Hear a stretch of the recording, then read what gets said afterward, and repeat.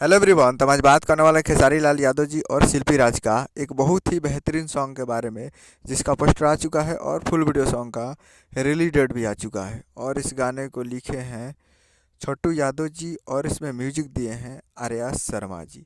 और इस गाने को गाए हैं खेसारी लाल यादव जी और शिल्पी राज जी, जो कि आपको स्क्रीन के ऊपर दिखाई दे रहा है। जिस सॉन्ग का टाइटल रखा गया है बुलबुल, जिसका टाइटल है बुलबुल।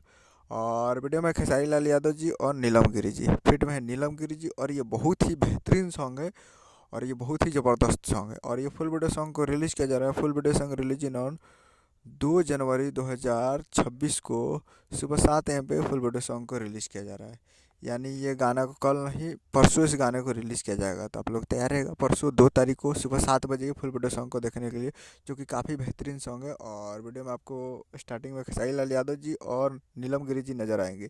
और ये आ रहा है सुर music present Bhojpuri YouTube channel पे। तो सुर music present Bhojpuri YouTube channel पे तैयार रहेगा फुल वीडियो सॉन्ग को देखने के लिए।